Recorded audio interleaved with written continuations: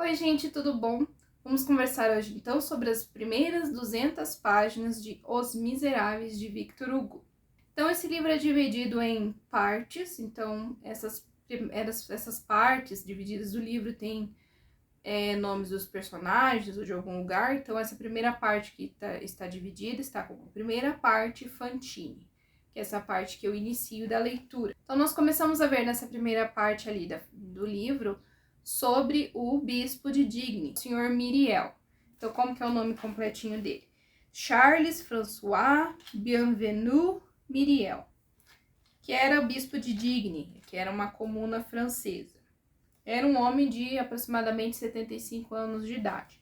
Ele era filho de um conselheiro do parlamento de Aix, e ele estava destinado a ser sucessor do cargo do pai. Então, o bispo, antes de estar na situação de bispo, ele foi casado ali quando tinha 18, 20 anos, não teve filhos, essa mulher ficou muito doente, né? Acabou morrendo. E era isso que as pessoas falavam ali. Tá, e daí então ele é bispo agora. Myriel chegara a Digne com a sua irmã e com uma senhora. Irmã chamada de Baptiste, que ela era 10 anos mais nova que ele, e a senhora Magloire. Essa senhora era a que fazia os serviços da casa, né? Então os três eram aí de idade. E aí ele foi para se instalar no Palácio Episcopal. Feito um monte de honras para receber, foi prefeito, foi tudo, enfim, foi todo aquele alvoroço para receber ele, para ele se instalar ali naquele Palácio Episcopal. E ao lado tinha um hospital, que era bem precário. E aí nós começamos a ver como que age esse bispo, que ele é um querido, meu Deus do céu. Então esse bispo, ele vai ver a situação daquele hospital, vê que é um hospital pequeno, que tem muitas pessoas, que não tem recursos, e ele tem organizado ali todo o orçamento dele, porque ele recebe um salário, né, da igreja, ele recebe um valor da igreja para viver bem. E aí a maior parte ele dedica a ajudar as pessoas, então aos pobres, ao hospital, a isso, aquilo, e uma pequena parcela daquilo que ele recebe é para ele se sustentar ali com a sua irmã e com a empregada, que é bem pouco mesmo, eles vivem numa situação de pobreza. Ele chega para esse diretor do hospital e fala: olha, vamos trocar, que o palácio é muito grande, eu vou para onde é o hospital, vocês vão para lá com os pacientes. E ele vai viver naquele hospital. Então ele vive de forma muito humilde, ele não tem móveis, não tem luxo. A única coisa luxuosa que ele tem ainda ali são talheres de prata e os castiçais de prata, que é o que ele faz questão de servir aos convidados que vêm posar ali, né? Então, outros padres, enfim, que vão passar ali, aí ele oferece para aquelas pessoas os talheres de prata, né? É o único luxo que ele tem ali. De resto, eles vivem uma vida muito humilde, ajuda as pessoas, visita doentes, vai a comunidades, acontecem várias situações. Tem uma situação ali que acontece no livro que é roubado algumas coisas de uma igreja que ele está visitando. E ele é um homem de muita fé, ele vai falando para as pessoas que ele tem muita fé, e os ladrões devolvem, enfim, um monte de situações ali que quem leu viu, né? E a gente fica muito admirado com ele vivenciando aquilo que Cristo realmente ensinou. Muito bem, eles estão vivendo numa situação bem assim, simples mesmo. Ele já não tem móveis, não tem nada, ele vive de forma bem humilde, muito humilde, ele com a irmã e com a senhora Magloire, e a irmã dele acata tudo aquilo, não reclama, acha, enfim, mais que certo o que o irmão faz. E eles estão vivendo agora, ele deixa até a porta aberta para que as pessoas que se sintam à vontade, que precisam de um abrigo, que precisam de alguma coisa, possam se dirigir até ele, possam entrar. E ele sente muita confiança em Deus de que nada vai acontecer com ele. Aí no meio de tudo isso, que a gente passa a ver toda a situação do bispo, surge então o Jean Valjean. Jean Valjean está viajando, passa pelaquela região, chega a pé até Digne, cansado, com fome, precisando de um lugar para descansar e para dormir, vai até uma hotelaria, né? Chega até a hotelaria, que estão cozinhando e aquele cheiro maravilhoso de comida, e ele pede um quarto. Só que daí as pessoas começam a olhar para ele e começam a reconhecer ele. Então ele começa a ser enxotado daqueles lugares. Ele vai para uma hospedaria, mandam ele embora, ele vai para outra, mandam ele embora. Ele vai para uma casa de uma família pedir abrigo, tocam ele de lá. Por último, ele vai até a casinha de um cachorro e até o cachorro enxota ele. Ele vai até uma tipografia que era onde eram impressas pela primeira vez as proclamas do imperador, e lá na escadaria, numas pedras, ele resolve descansar ali. Então vem uma senhora perto dele, vê que ele tá deitado, se aproxima, pergunta o que ele tá fazendo ali, ele até responde de forma grosseira, tô indo descansar, a senhora não tá vendo e tal. E ele fala que ele foi pros lugares, expulsaram ele, que não tem lugar para ele. E aí a senhora fala para ele, ah, tá, mas tem um lugar que de repente você não tenha ido ainda. Vá até aquela casa ali, bata naquela porta ali, e com certeza você vai conseguir abrigo, que é onde tá o bispo. E aí nós vamos entender um pouquinho o que aconteceu com Jean Valjean, quem é Jean Valjean, por que as pessoas não querem ele aí, por que estão expulsando ele. Então Jean Valjean, ele foi um prisioneiro, mas o que aconteceu? Ele tinha uma vida pobre, não aprendeu a ler quando criança, era podador numa região chamada Faveroles. Eu não sei falar francês ainda, né? Quem sabe me diga. Aí ele perdeu os pais muito novinho e foi morar com uma irmã. Essa irmã, a princípio, era casada e tinha 7 filhos. E aí, essa irmã dele ficou viúva. Ele tinha 25 anos e ele assumiu esse papel de pai desses sobrinhos, né? Então, ele e a irmã trabalhavam muito para manter aquelas crianças, passavam muita dificuldade. E aí, chegou um período de inverno muito rigoroso que não tinha mais trabalho para ele. E eles literalmente ficaram sem pão, sem comida, sem nada. Ele e todas aquelas crianças. Então, num ato de desespero, ele foi até um padeiro lá e quebrou a janela do padeiro e roubou um pão. E isso que foi o motivo dele ser preso. Ele foi preso e ele tentou fugir várias vezes.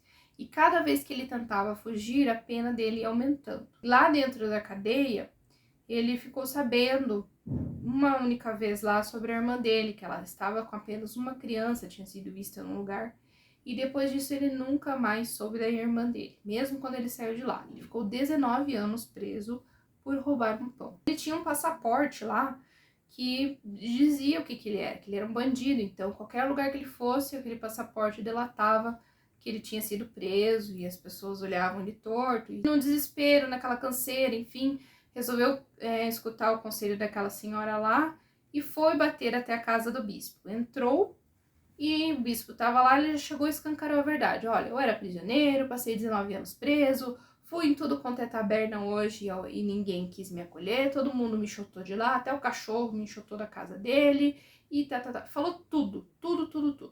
E o bispo ficou inabalado, nem se assustou nem nada, falou para a senhora Magloire ir lá arrumar os lençóis limpos para uma cama, falou para arrumarem a mesa, falou para ele sentar, que ele ia comer. Ele, a princípio, não estava muito acreditando naquilo, ficou com medo de ser expulso dali também, achou que ele ia cobrar alguma coisa, aí foi, não sabia, não fazia ideia que era o bispo falou que ele era um padre, e ali ele foi, então, jantou, foi bem acolhido, e aí quando eles foram jantar, a senhora Magloire e a irmã dele estavam por ali, a senhora Magloire estava com certo medo e tal, não tinha até então trazido os talheres de prata, nem os castiçais.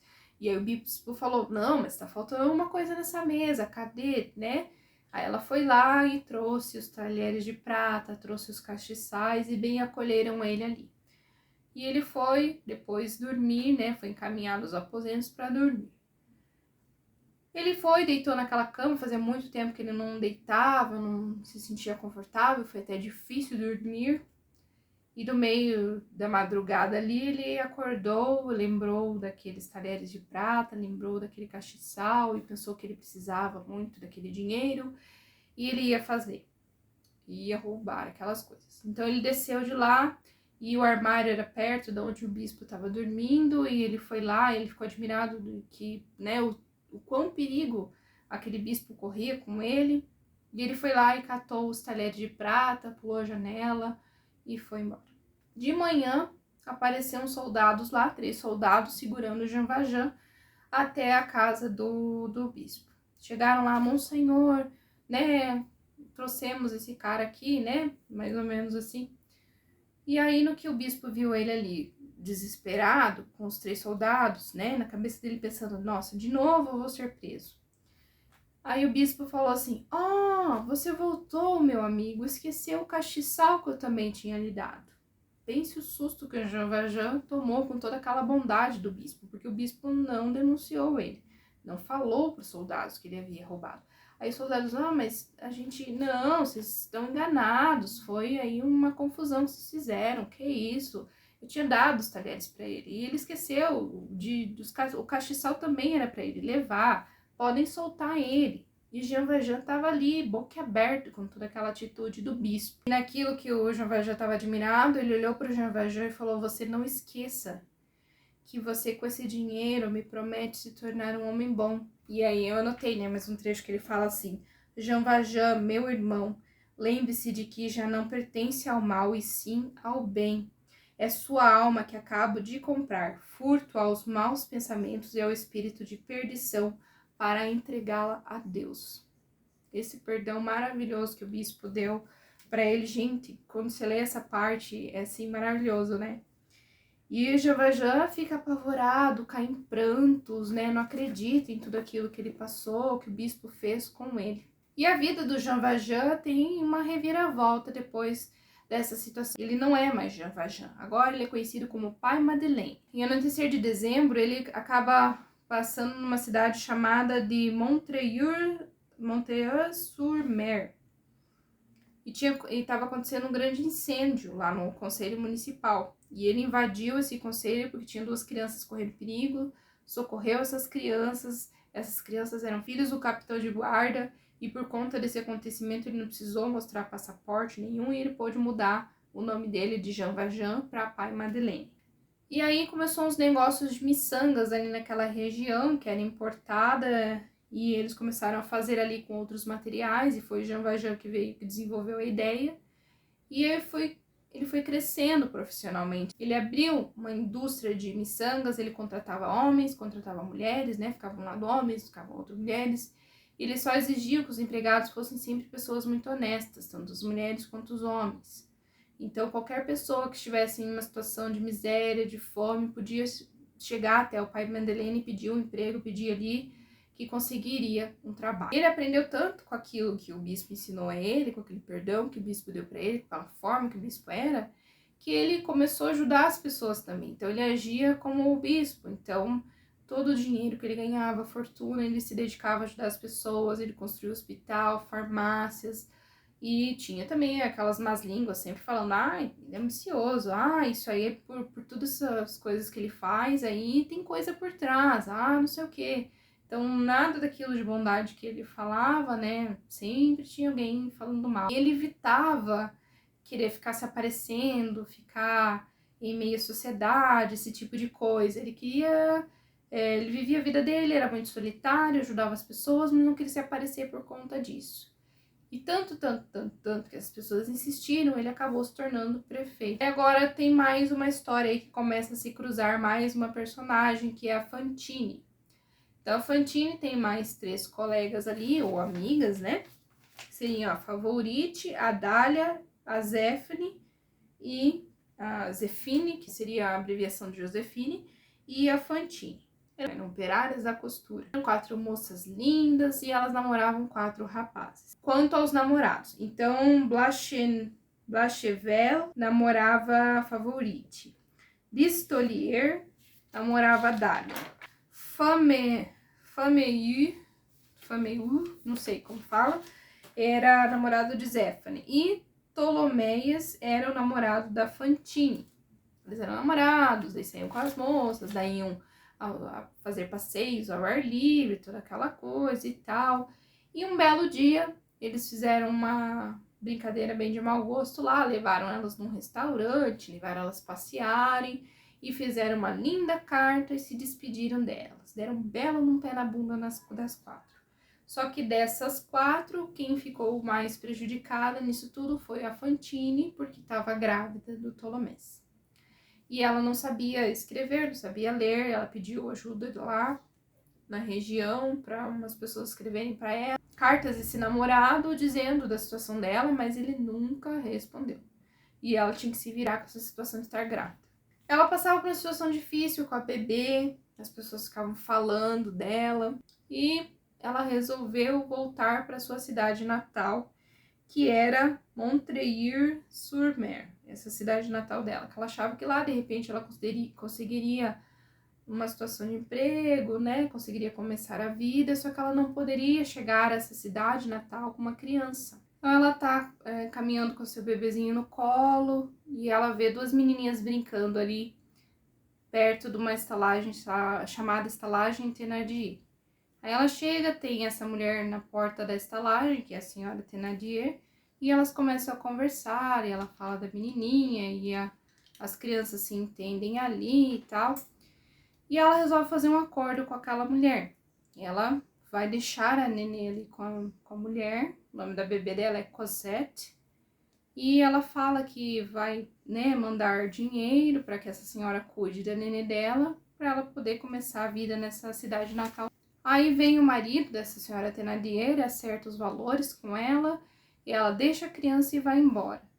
Só que essa criança é muito maltratada ali pelos Thénardier. Então, o dinheiro que ela manda, eles usam para eles, a criança usa trapos, porque todo enxoval que a criança tinha, que ela deixou, eles venderam, foram fazer as coisas deles, as crianças dela, né, que ela cuidava, então ela cuidava muito bem dos seus filhos, maltratava aquela criança, e aquelas criancinhas vendo que a mãe maltratava a menininha, também maltratavam a menina. Então ela muito pequenininha, era muito maltratada naquela casa, tratada como uma empregada, criança muito triste, que passava fome, que passava frio, que passava necessidade de carinho, de amor, de tudo, enquanto a mãe estava trabalhando, né, lá nessa cidade, na sua cidade natal, e mandando dinheiro. Aí eu parei nesta parte da leitura. Então no próximo mês nós vamos falar novamente sobre Os Miseráveis, vamos ler mais 200 páginas. Conto com vocês aí nesse desafio da leitura de 20 páginas por dia. Espero que vocês estejam gostando desse desafio, que estejam gostando da leitura tanto quanto eu.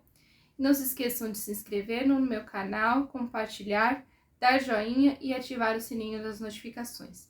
Até o próximo vídeo. Tchau!